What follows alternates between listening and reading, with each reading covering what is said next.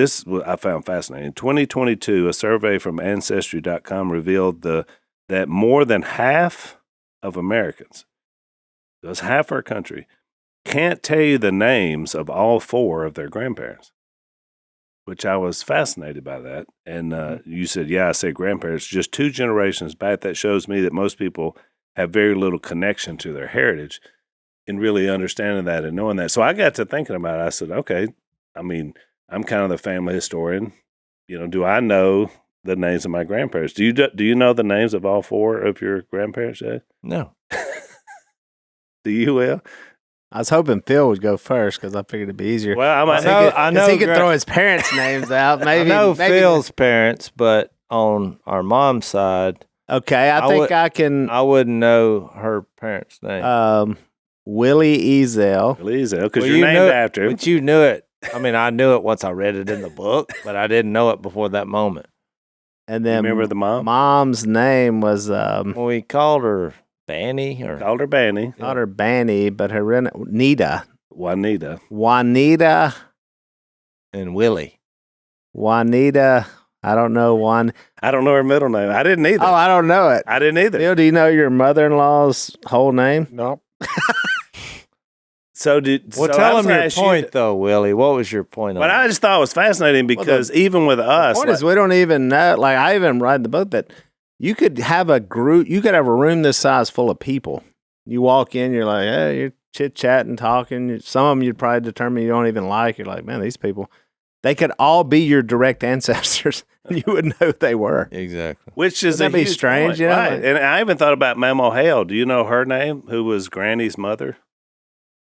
That was your grandmother. Just call her Mama. You don't know her name, do you? No. And I don't either. I just know Mama Hale. So it's really interesting. To your point, was so true. And that's even with us who have this heritage that we're very proud of, right, inside of our family, and yet we don't even remember their name. I just thought it was fascinating. Just go back. You could go back to the 1800s, 1700s, and just think about the people. That if they don't do what they do, you're not. He's not here. We're not here. You start, right.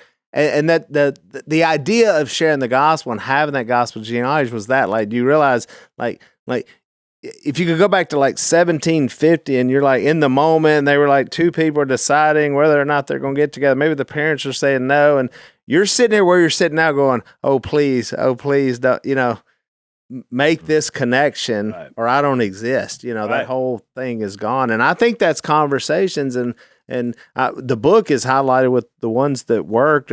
But man, I think about the ones I missed. I'm like, oh, I was right there that day. You were talking about wait 3 days. Right. There's people that I wish I could go back and talk to that aren't here. They had all died. He passed away, and I didn't get a chance. All the greats had died and moved on. Well, my grandmother, my daddy's mom, got her name run was over Ruth. by a vehicle, and she died.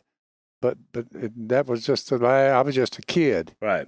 When everybody on the male side, that all passed on. Well, and the reason, Dad, that I remembered Ruth and Ewan, yeah, which was his parents, and the reason I knew about Judge Jephthah, which was then Ewan's dad, so that was Judge Jephthah. This guy lived in the 1800s. The only reason I knew those names is because I would sit and listen to Granny tell me stories about it. Yeah, to your point. That's the same way with me. Yeah, so the stories are what drive what's important and what you know from your history and your family's history. But if you're never telling those stories, then you lose them, and which is what's happened here. Even in the same family.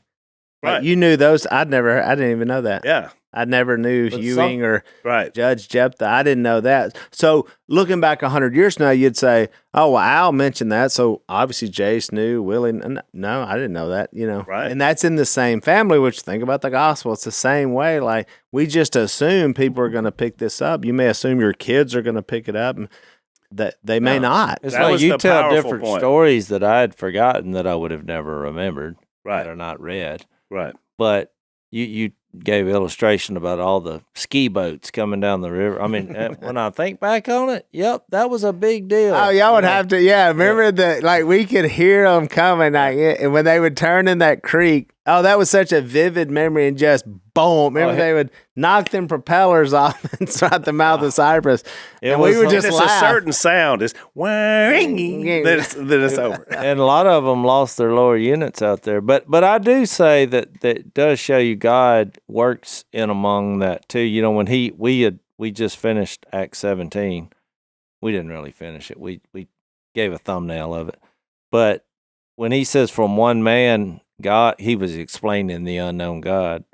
From one man, he made every nation of men that they should inhabit the whole earth, and he determined the time set for them and the exact places where they should live. So I do think God works in that somehow.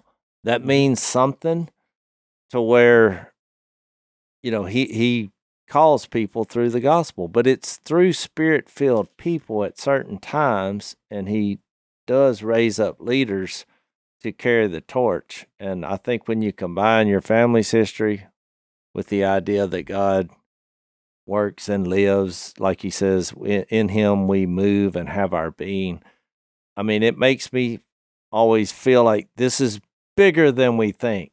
Right. I mean, there is a God, and our lives are testifying to that.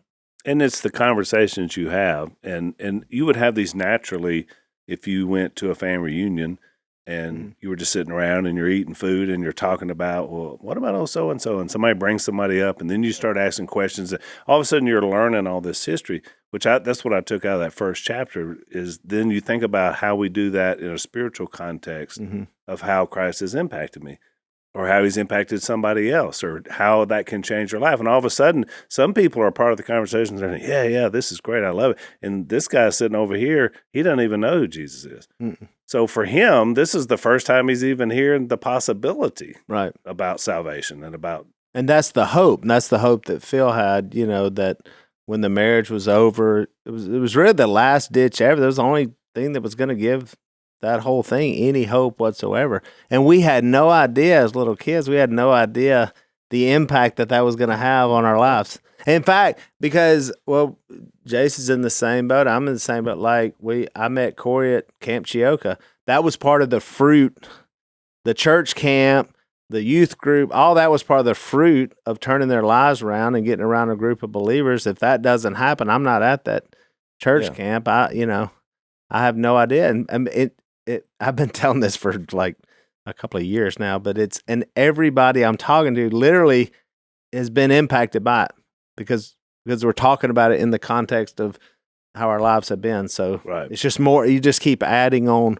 more people that are influenced by it over and over. It's just, it's crazy to think about. Tell a little bit about that, both of y'all, because we've talked about some on the podcast, but you told a couple of stories in there about when you were teenagers, because you know, obviously our family's life had changed, and then we were down here on the river, but we're kind of isolated out here. But both of you guys were both very active in the youth group, but you were outside of just that it had to be youth group because you were sharing with a lot of people that you were just interacting. We were all in public high school, so we didn't go to Christian school at that point. We didn't have any money to go to. There wasn't a lot of Jesus-loving people there. No. So what was that like? I mean, just from a standpoint, it's obviously been a part of your lives the whole time.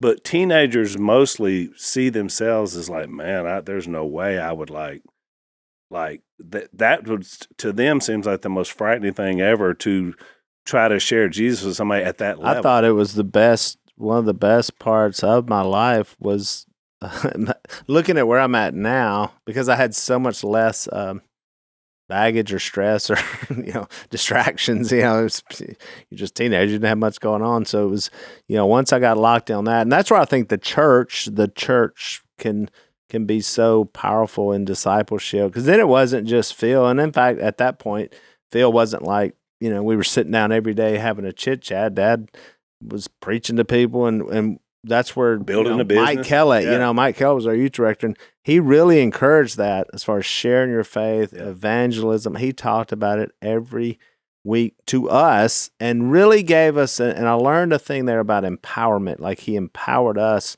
to go and do it. It wasn't like, bring them to me and I'll tell you how to do this. I mean, he just said, get out there and get after it. And so we were doing that. And so once that picked up momentum, like Phil was saying earlier, it starts spreading. And, And then it gets like you just can't wait to talk to the next person. And that was a lot of the experience was gathering right there. I remember the first guy that I talked to, the foreign exchange student from Germany, and he didn't believe in God. I'd never met anybody who didn't believe in God. Right. I didn't even, and I had no idea what to say. I was like, well, what do you say? I'd be like, well, read this verse. He's like, I don't believe it.